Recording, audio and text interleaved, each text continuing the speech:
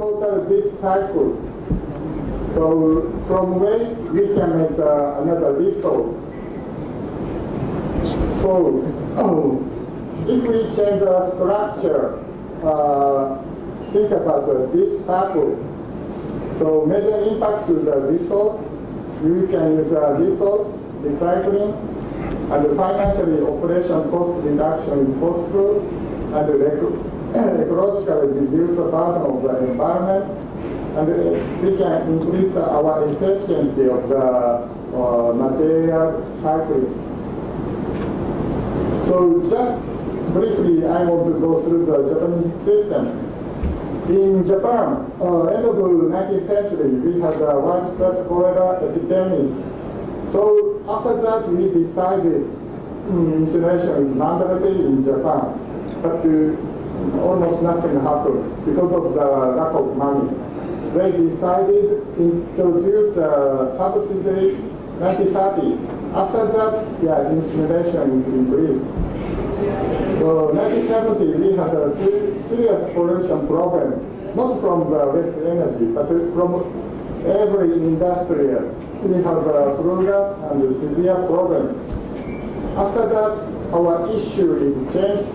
Now, we should go to 3R and energy recovery because of the global warming and proportion to 3R. So this issue is changed time to time in Japan. But in India, we have to do it, these things together, because now we have not clean condition, sanitary condition. Also, we have to try to the environmental protection. And also, we need power generation as well. We'll 1 minute. Okay, I can skip.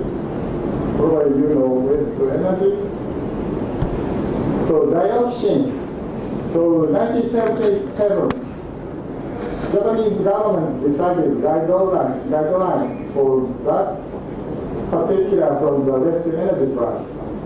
After 7-8 years, we reduced 97% of dioxin. So in Japan, no one said dioxin anymore. So dioxin is not an issue in Japan. So I can say, so now, we started in 1977, but now we have a state of the art of energy from waste plant. So something about segregation. In Japan, we segregate combustible waste and incombustible waste and large-scale site waste and dissolve. Actually, in Japan, municipal corporation, urban local body have a responsibility of the collection, transportation, and processing, and final disposal. So they do everything by themselves. Only dissolve, recycling part, some private company can do it. But this is a good thing because we think... Can we now 1 minute? Right, 1 minute. So we have now developed the Indian model for the waste energy, and we did 2 years activity for that. Finally, we found some difficulty in our plant. In Japan, we have a lot of subsidies. Because of that, we have a sustainability of the waste management system by waste energy. China, in their case, they have enough tipping fee. Because of that, the sustainability is good. Sri Lankan case, good tariff rate. So that is sustainable. In case of India, we have a PPP model, but no support from government, and negative or very small tipping fee, and very low tariff. This doesn't work at all. So something change should be required. One thing, if government or local other body owns the energy from waste plant by themselves, it's good because they can get. I think we'll have to now end. Okay. Okay? So, Is that your last slide? yeah, next, this is the last slide. Okay. Okay, so something is required to the system. One is this kind of plant should be owned by urban local body or higher tipping fee or higher tariff. Without something change, nothing happen in Thank you. India. Thank you very much. Thank you. Thank you, Mr. Takanau. Now I'd request Mr. Rakesh Kumar Agrawal to come and take the stage, and we'll have 7 minutes, 5 to 7 minutes with you. Right, thank you. Thank you. Thank you. Thank you.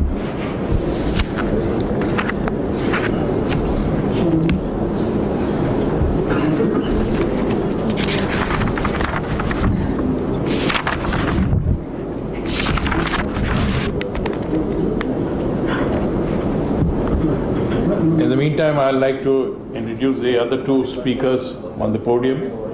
Mr. Ravi Napte. He's a Bachelor of Architect from Nagpur University, Masters of Design from IIT Bombay, and established professional practice Mumbai 1987. And he's established industrial design and manufacturing firm since 1998. Are you ready? And then the last speaker that we have on the podium is Mr. Hemant C. Loda. He's a chartered accountant, having experience of working in industrial environment since 1980. He has traveled extensively around the globe and worked in India, Indonesia, and Sri Lanka.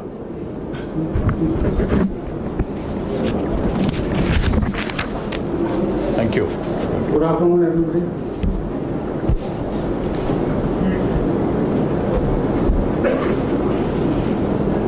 I think in India we are all very accustomed to whenever we go to any city, small or big, this kind of a dump site. Not only when you enter the city, but even within the city, these are the very common things. Now I'm just showing that Okla landfill site. That was one of such dump site, which is now converted into a waste to energy plant. Now all these landfills, actually we are, Delhi, that is a kind of a scenario which is expected, that Delhi is sitting on a Kula bomb. How really we are going to get rid of this is one question for everybody. Now today the major solution to the MSW is the landfill. That is where I think more than 90% activities are there, and most of the landfills are not sanitary landfills or linear landfills. These are all normal dump sites where we all had the problems of methane, groundwater contamination, all kind of health hazards are there. But perhaps many times the neighbors are surrounding areas are happy with this than science, engineered solution to this.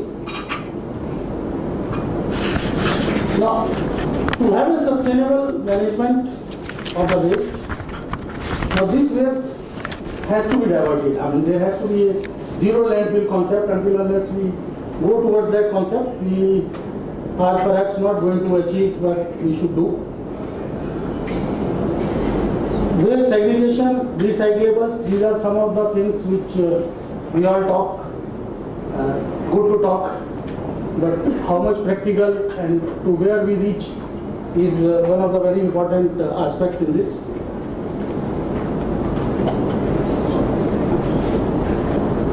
Now, even recyclables, when we talk, it is not that everything can be recycled.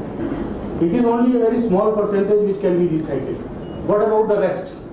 Again, for the recyclables, there is a lot of technology which is involved, because we are all getting a mixed garbage.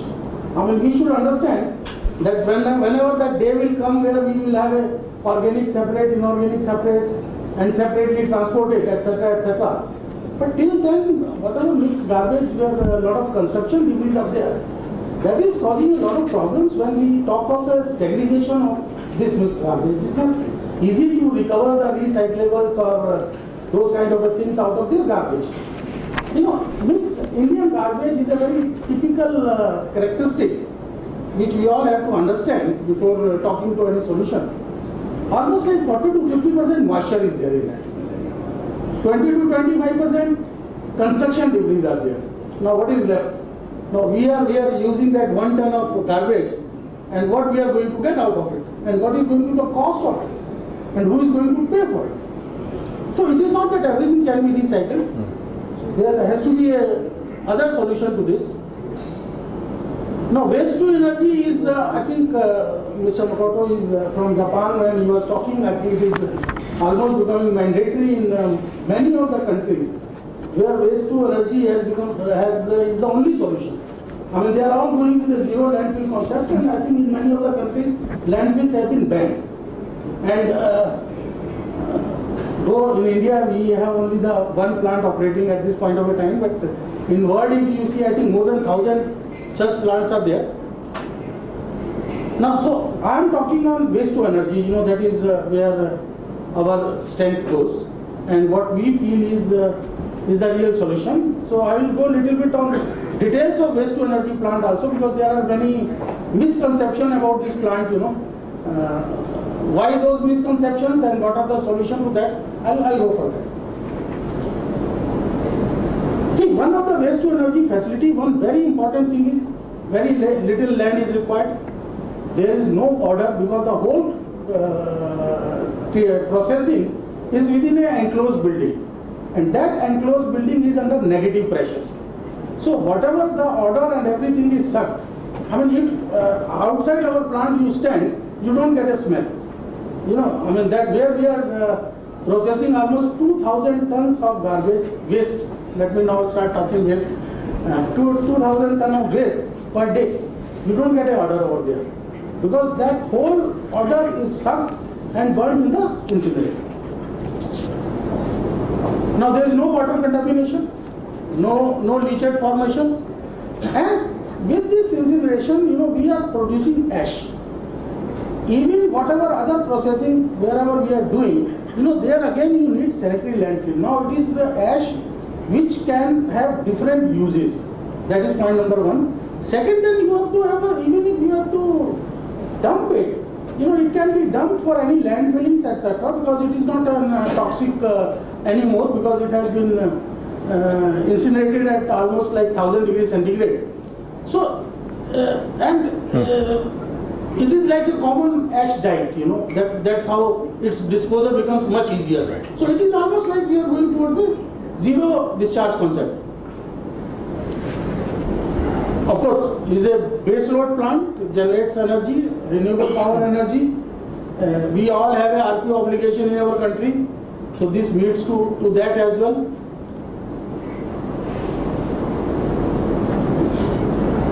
Now, you know, when in the morning the Additional Secretary MOA was discussing about the business model. See, ultimately, all said and done, we can talk everything, but is any proposal is financially workable? See, initially in the conventional technology, when MSW rules and everything had come up, you know, there was a very great stress on recyclables and RDF and compost. These were the two products which were defined in MSW rule. Now let me tell you the ground reality. Ground reality is, even though Mr. D.P. Agarwal told in the morning, you know, that there is a fertilizer control order, that every 7 bags I think you have to use 2 bags of organic compost. 4 bags of organic compost. Nobody is taking it. Nobody. Because that farmer says, why should I pay for this? I'm not ready to pay. Now fertilizer companies can't keep at their doorstep, their godowns. So there is no buyer for that compost. For RDF, we are all saying RDF. Now, where this RDF is going to be used? Primarily, safely, it can only be used in cement planes. nowhere else. Because everywhere else it is going to be incinerator. The moment it is going to be incinerator or a boiler, that particular industry cannot have a flue gas cleaning system. So basically this idea, legally if you ask me, nobody other than the cement kilns can be used. Now where are the cement kilns? Cement kilns are in the remote areas, their mines are there, their garbage is not there. So for this, the financial model, the business model is unpredictable, uncertain, and it is really not workable. That is the reason today in our country, if you see, with government grant, so many plants have been put up on this concept. How many are working? Crores and crores of grant has been given for this kind of a plants. But what is the ground reality? Now, in the morning, Additional Secretary was talking about biomethanation. That was, he said, biomethanation is one solution. We can all go to Lucknow, see a beautiful monument of biomethanation plant. I think 200 crores was spent. Not even a single day it had got. That is the fact. Somebody has to understand that. Now, the kind of a garbage which is required for these kind of things, the consistency and the quality of garbage is very, very important. Because any plant can be designed for a particular kind of a fuel, and we definitely cannot get that. On the other hand, if we see on the waste to energy, see, I'll come to the negative point of also. Let me first say the positive points. The end product is power, easily sellable. The tariff is determined by the regulatory commission. Your revenue model is sustainable and it's well known to you. On day one, you can do the financial closure of your plant, because the moment you have a tariff on the PPA and you have a tariff, so there is no problem at all in setting up these plants. If you see the regulatory, legal, and the statutory framework, see, we have to see everything. It is not that one thing. You have to look into the thing. You have to set up a plant. You have to have a financial closure. Somebody has to fund it. Now, with this kind of things, financial closure is very easy, because this is a sustainable revenue model, and on a 30 years basis when we are talking, it is a regular basis. These all plants are 24/7.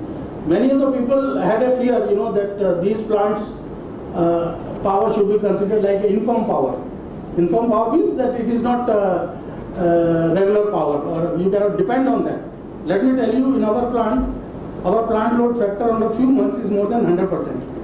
On more than 100% capacity, we run these plants. On our average, on a year, our load factor was more than 85%, which normally not even a good coal plant achieves. That's the kind of a reliability we get from these plants. Now, this plant in Timarpur, Okhla, what we have is a 25 years concession period, 16 megawatt. We are processing daily about 2,000 tons of garbage. This plant was commissioned just in 18 months. From the day the groundbreaking ceremony, 18 months this plant was commissioned. See, the total garbage so far we have processed,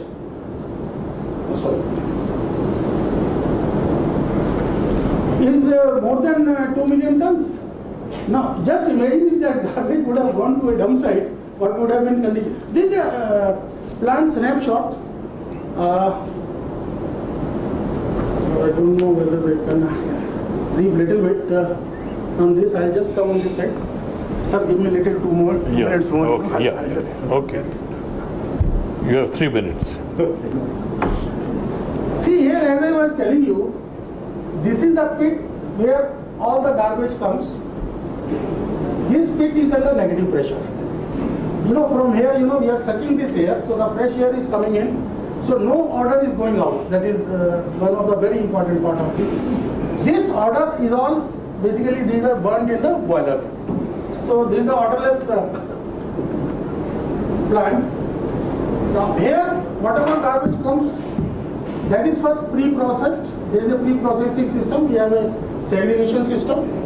From there, then there is a conventional type of a boiler with the special technology that it is a reciprocating grate, meant for a low calorific value fuel, because here the calorific value is nearly 1000.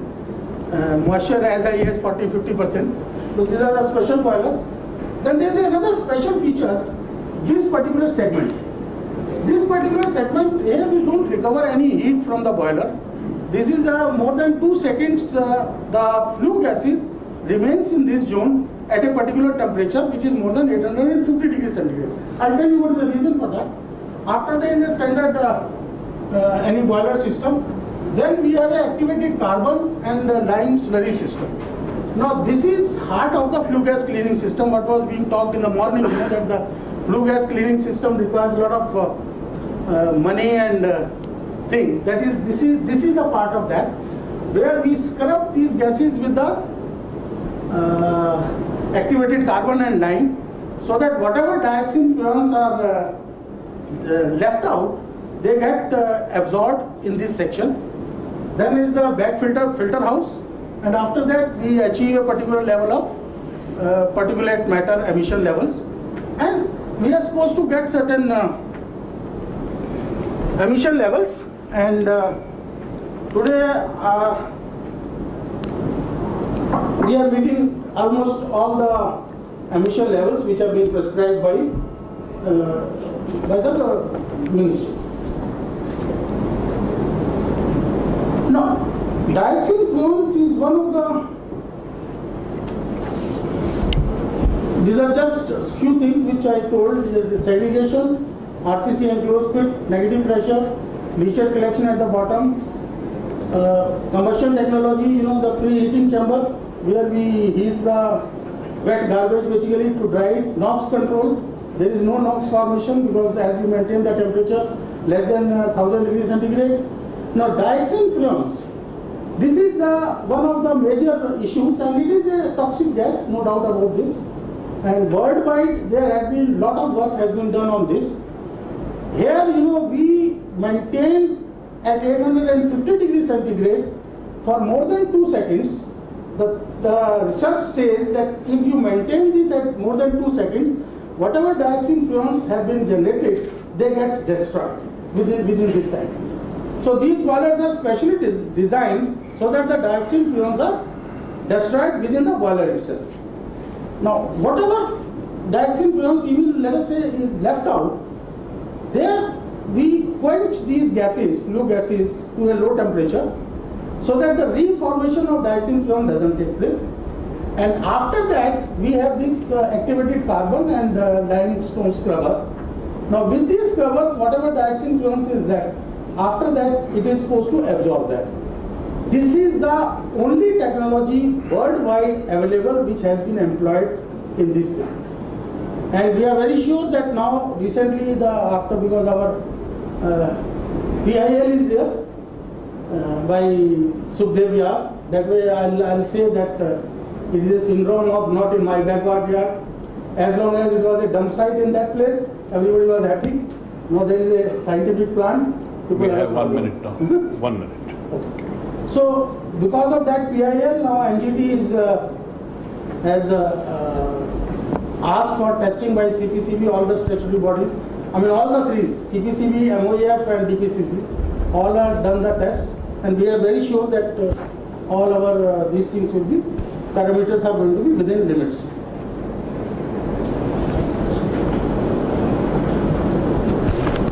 Now particulate matters, SPM, that is one of the another emission parameters. We are very well within limits as far as those things are concerned. Now, as I was telling you, almost more than 1000 such plants are there worldwide without any issue. So these are some of the beautiful plants which are part of the city. You know, these are a part of the city, and nobody has any complaint on that.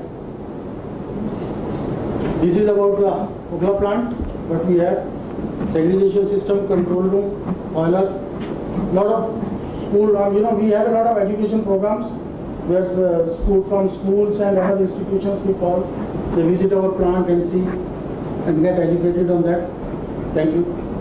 Any question on that? Thank you. We'll take the questions later on. Let us first go through So the next speaker we have is Mr. Rafi Navade, Director of Hari Bari Recyclable Private Limited.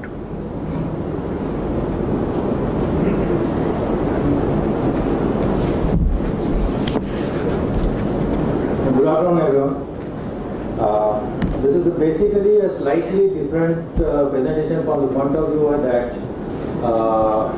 this has been researched out indigenously for a situation like what we have. Everyone have realized that Indian situation is slightly different than the global, where all the waste is segregated, nicely packed, dispatched, transported, and not many issues are different than our own situation.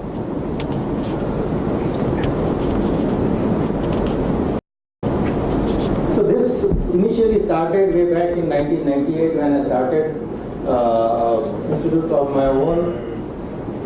It was realized that a place like Nagpur, for 150 years the rise in the temperature was 0.5 degrees.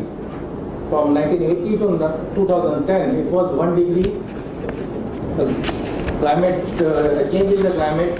What has changed in Nagpur in the last 30 years?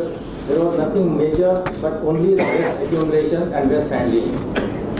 So this was identified as one of the major factors that contributes to climate change. And we researched further on it, that what are the ways to dispose, what are the ways to handle, what are the ways and what are the issues to cope up with this problem. The issue which was identified was either there is a collection system, then there is no transportation. If the transportation is there, then there is no disposal. And if the disposal is there, then there is a consumer or the household or the citizen awareness required, which is lacking. So it needs a holistic and a complete approach to roll this, to keep this wheel rolling. So we have identified that the way to, the approach to this should be a vision which should be 100%. The raw material availability is there, which is also there 100%. The technology is not there. In the pricing, whatever the prices you want to sell, the output or the material you buy, that is available. Research, particularly the correct way and the right way to dispose the waste in quantity and also not in quantity. So this works out to be a wheel which is having two cutout sectors whereby the wheel is not rotating. And this is exactly the issue that we are trying to address through research as well as the holistic development. So our main focus of the Haribari is to create a vision ensuring purification of the element and regenesis of the Mother Earth. As a first step to fulfill this, we offer a non-incineration and non-biocomposting based proprietary solution for waste disposal. Now, why non-incineration? Because incineration is possible where there is a lot of technical input and a manpower ready to handle the incinerator plants, which is possible mostly in the metros. But small cities, C-grade cities, tier 3 cities and beyond that, where the generation is less than 100 tons, this technology or technical services are not available. Then biocomposting is the most suitable approach system, but the composting is not possible for 3 to 4 months. What happens to the waste then? So you have to have a system which will work when this, particularly monsoon seasons, when composting is not possible. So we have worked out on a gasifier, which is a low temperature pyrolysis, which is not a plasma pyrolysis, and which works best for even the small quantity of the waste generated, which suits to this 3-tier cities or even to the smallest quantity of a biomedical waste of 50 kg onwards. Haribari as a company is having all setups ready for logistics for collection of the waste. Then awareness generation, which is through a NGO foundation called Regenesis Foundation, which is going home to home for consumer awareness or the citizen awareness. Then a research and design center. Then a solution for bulk generators like colonies or industries where quantity of waste not ready for incineration or not ready for a power generation is available. Then a design and engineering facility to manufacture the plant, and also the IT infrastructure for handling the waste disposal, waste collection particularly. And our major focus currently is on the size of the plants which are not possible for power generation, which is normally below 500 tons per day capacity. So this is a SWOT analysis is used that what could be the possibility of this technology for smaller applications as well as for the larger applications. We definitely have not tried out the larger applications, but for smaller applications this could be very well proper technology for our kind of waste which we generate. This is the core team of the company. The major driving factors are, again, as everybody has described, the landfill, then the transportation, the cost of the diesel, and the impact on the climate, and the lack of the sources or the separation, due to which there are certain problems with all kind of waste handling.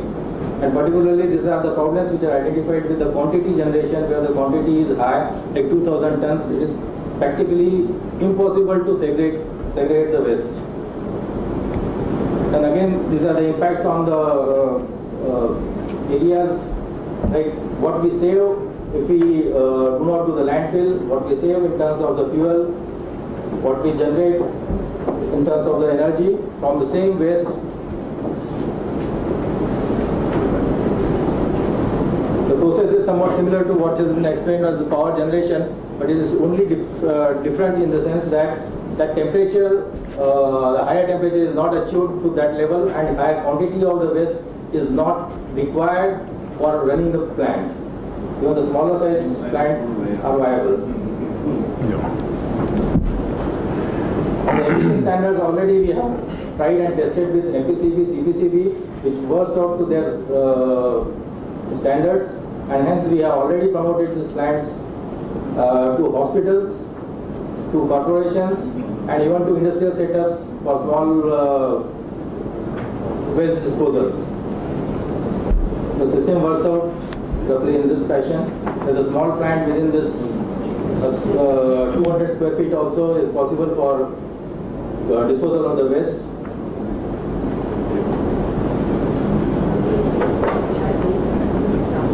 Then these are some of the output which have been tested already for all three applications, like the colony waste, municipal waste, as well as the biomedical waste, where the output meets the CPCB standards.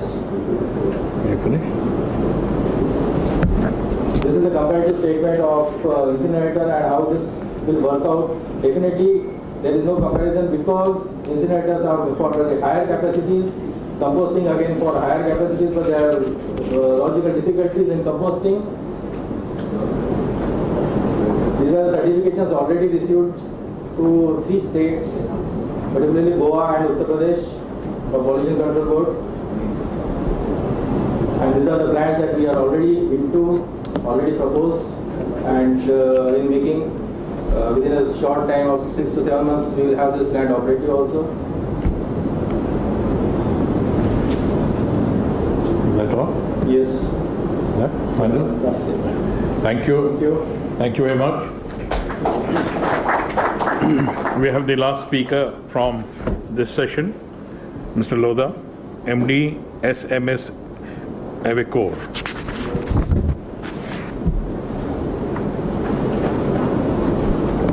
Good afternoon, friends. Thank you, Mr. Goenka, for inviting. And we have a very strict moderator. He is very good in reducing waste as well as time. I was given 10 minutes, he reduced 7 minutes. It's okay. I will stick to my subject.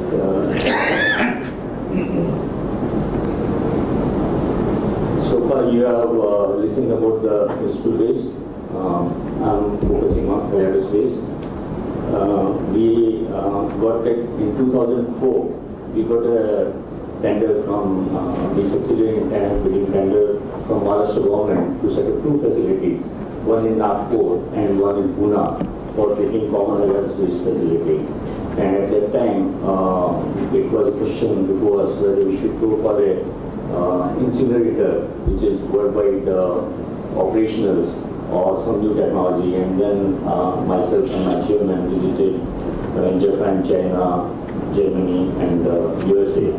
And we found that plasma is one of the very good technology, though it was not required by the tender conditions that we go for plasma, which is more costly as a capital cost. But we thought that in coming 20 years' time, which is our period, for BOT period, the Pollution Control Board, MOF, and all will be more stringent, and at that time we should be able to meet the requirement.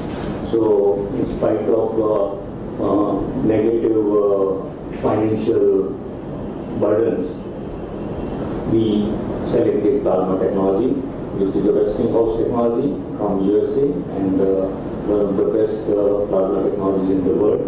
They use for the, say, NASA and big steel plants and all.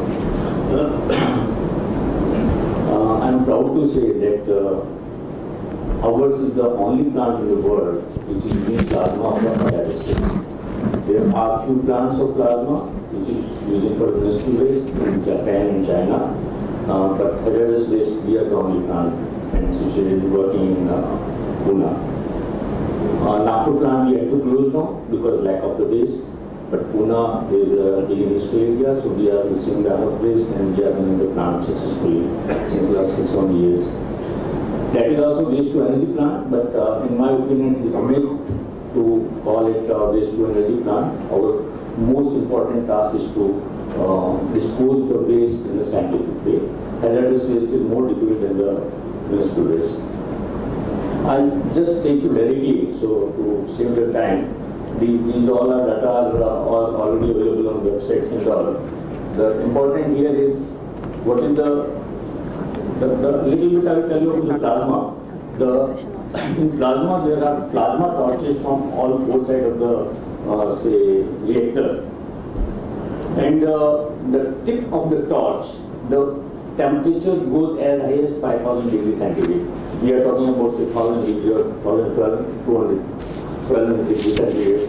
But at the tip of the torch, the flame, the temperature goes as high as 5,000 degrees centigrade. So that destroys all kind of waste, and it gets converted into say gases. So we basically there are a lot of say comparison between plasma and conventional incineration, but there are two important things. When you burn the waste, there are two things. One, you will get the emission, and another is the ash or the inert. Now, in case of emission, the major concern is dioxin furan, which everyone has talked about. But in case of plasma, we have got say tested from all the laboratories. We do not get any sort of dioxin furan, and so that is one of the major advantage in plasma. And another is the inert which we get out of. We do not get ash actually, because it is such a high temperature. We get only inert, and the inert we are tested and it is totally non-hazard, and we use it for the making the roads and all. So these are the two major advantages as far as the environment is concerned. The rest I can take you to the slides. There are a lot of other advantages about the institution and this. Sir, I have taken only say 4 minutes on that, Good. but I have a 6 minutes film if you want to see on Okay. the plasma. Yeah. That can be useful to the audience. Yeah, please go ahead.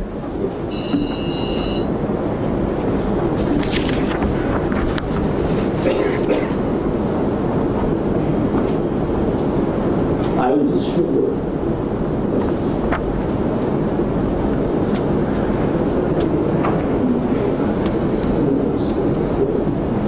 This is the plant, actually, just to show you the feel of the plant.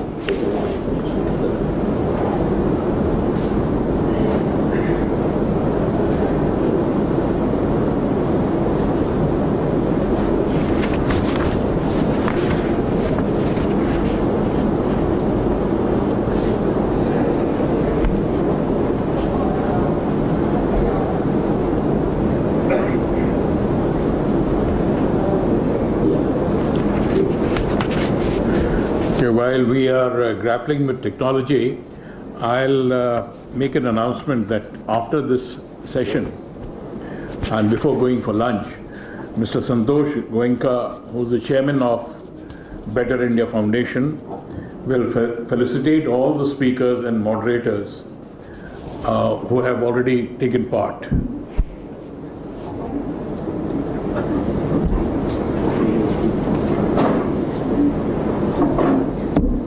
Okay.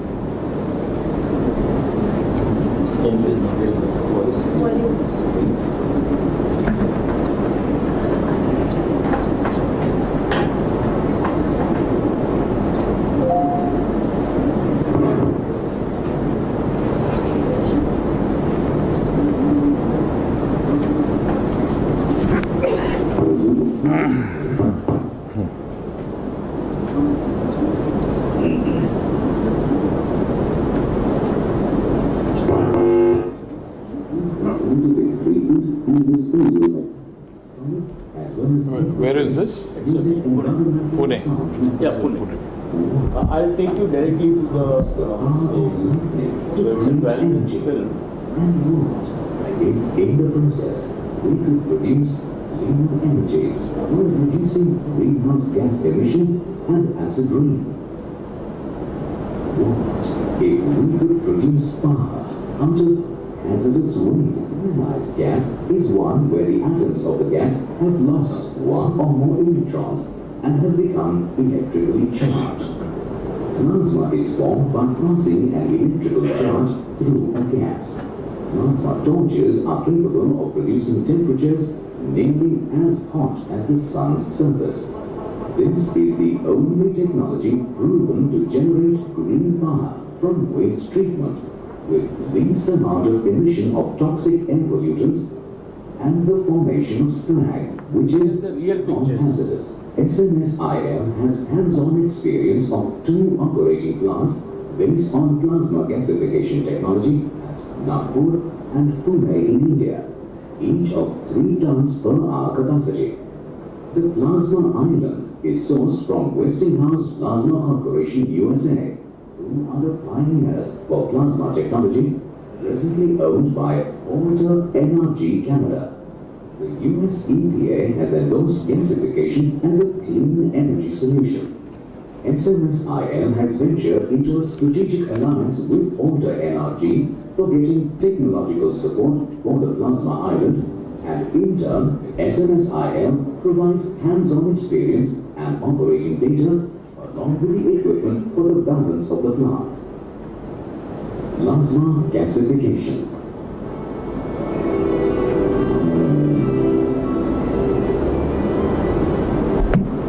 SMSIL sites, being common facilities, get carbon-rich waste from waste-generating industries. All such waste, though containing high calorific value, vary in forms because these wastes are generated from various processes. SMSIL has installed a specially designed waste feed system, which feeds the waste along with limestone in required proportions to the plasma gasifier. The waste feed system can be maneuvered by varying the cycle time and handling capacity. The feedstocks are gasified in the plasma gasifier using intense heat, breaking them down to their basic elements, which in turn react to form energy-rich syngas. Plasma gasification is the next generation of gasification because it can turn any carbon-containing feedstock into syngas using high temperature. The syngas generated is taken to the post-combustion chamber for complete combustion at 1100 to 1200 degrees Celsius. All the waste invariably contains inorganic materials which get converted into complex silicate compounds in the gasifier and are removed as molten vitrified slag, which is then quenched by a continuous water flow. The flue gas from the post-combustion chamber when sent to the waste heat recovery boiler facilitates waste heat recovery, generating high-pressure steam which operates a power plant that has a steam-based turbine.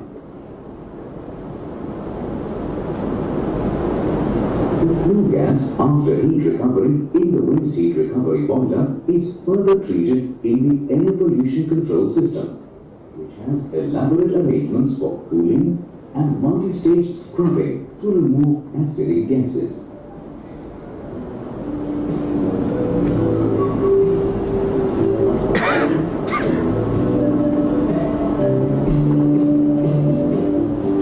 The air pollution control system also consists of wet ESP, where very fine particulate matter is trapped and removed on a continuous basis using a water spraying system.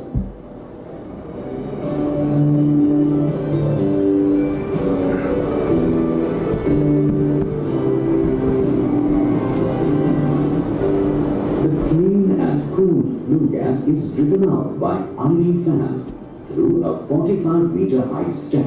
The ID fans are capable of maintaining negative pressure throughout the system up to the plasma gasifier. Thus, plasma gasification creates clean energy, helping to improve the environment by giving out very low emissions containing negligible concentration of dioxin and furane.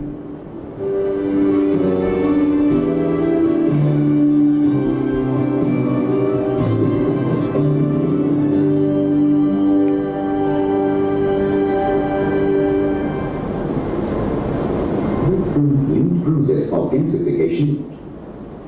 Okay, thank you friends. If any question. Thank you. Very quickly, any questions, clarification? Yes? Somebody? And please introduce yourself, and you're directing your question to whom?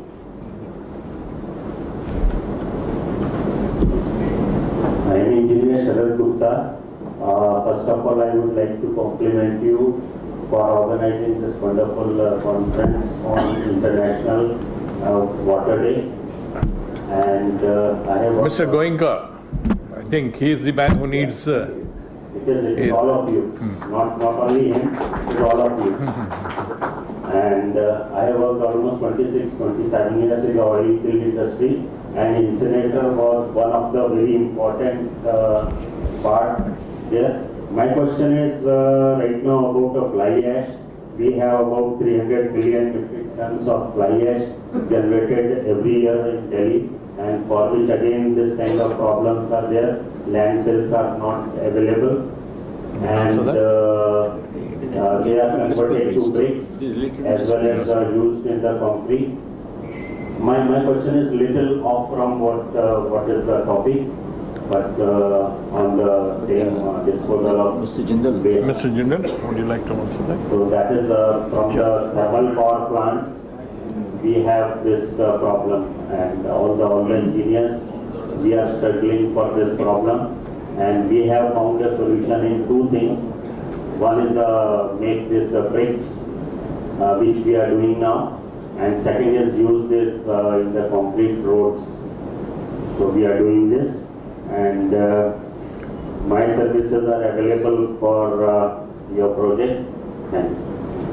So basically, yes. I think that's, you've given the solution along with the question. Thank you. Anybody else?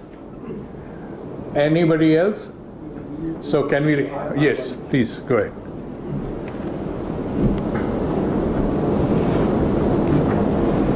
Good afternoon. I am Deepak Agarwal, Joint Managing Director, A2Z Infrastructure. My question to Mr. Dr.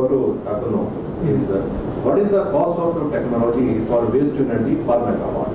Because in India, the biggest problem is the preferential tariff which we are getting from the government. So I just wanted to know what is the cost of your technology per megawatt so that we can decide the economics. That's very important. Okay. Our price level is almost 11 crore per megawatt. How much? 11. Yeah. Including the civil works? No. Civil work, we have a waste pit. Yeah, that is our civil part. And also we have a foundation, including the every civil work as well. So if I want to set up a plant for 5 megawatt, I have to spend around 55 crore rupees. Oh, yeah, you can say so, but no, unfortunately, we have only 2 standard plants. Yeah. Because in India, we have to reduce as much as possible our price. So we are using 2 standard plants. One is 580 ton per day, and another one is 600 ton per day. So nowadays, we can offer only the 2. One is 80 megawatt plant, and another one is 12, almost 12 megawatt plant. That is only our standard. Thank you. Yeah, can I have that? Anybody else? Last question. We're running out of time. Okay, now we come to the next part of the program. Hi, good afternoon. I'm Rahul Chabra from Kuttan. My question is Rakesh, sir, what's the kind of operations cost in the plant, and are you in the green or the red zone? And For the O&M cost? yeah, O&M cost, and what's the per ton of cost for operation of the plant? See, operation cost for these plants are like any other thermal plant. There is nothing extraordinary different, except that for the flue gas cleaning system, we have to add the activated carbon, which is a little costlier. That's the only additional cost. Otherwise, the standard 4 to 5% of capex, what is normally allowed for a coal plant, we are able to do within that. So O&M cost is not an issue here. In such plants, capex is the major issue. See, the problem is the initial investment is so high in these plants that the tariff which is available, I mean, what is the question of Mr. Agarwal? That the tariff which is available from the regulatory commission is not sustainable for that kind of a capex. That is where the problem starts.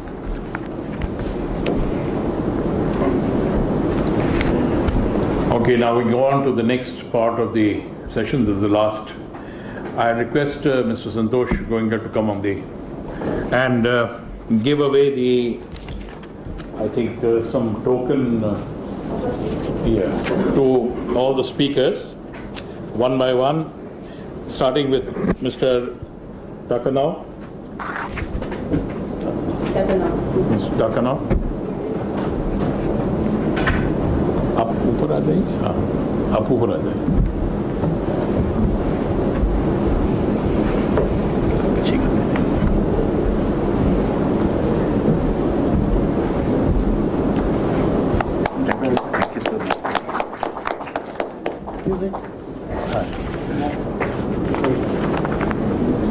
Mr. Rakesh Kumar Agrawal.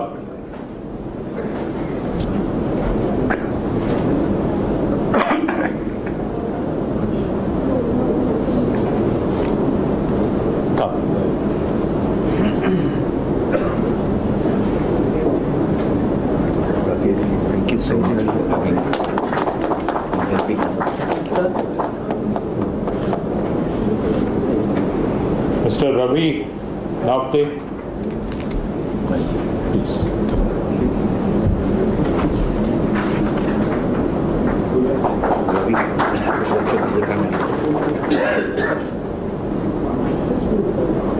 And Mr. Hemant Lodha.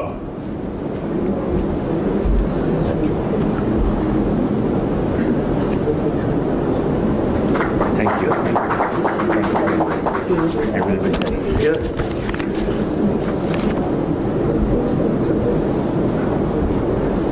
Do we break for lunch now? Yeah, just I think one or two. Oh, for the Earlier ones there's, I think, O.P. Mishra ji is waiting. Mishra ji ka hai? Mr. O.P. Mishra from the early morning session, Director NDMC.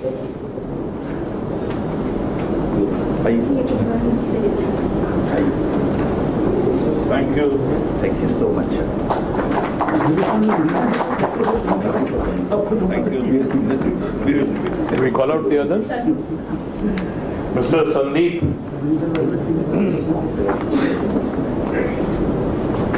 Thank you for meeting me.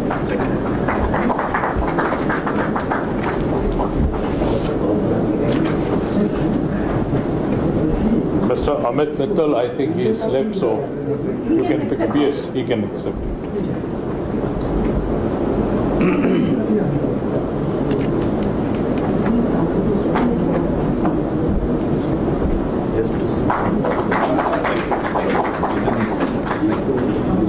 Mrs. Rakta Jain, I think.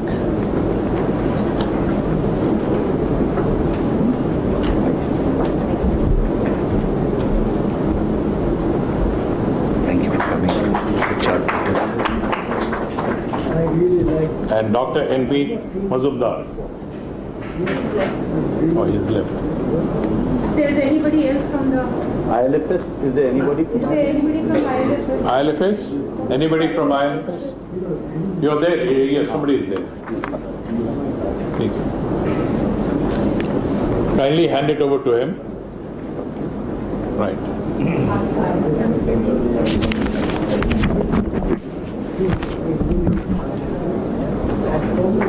Just give me regards.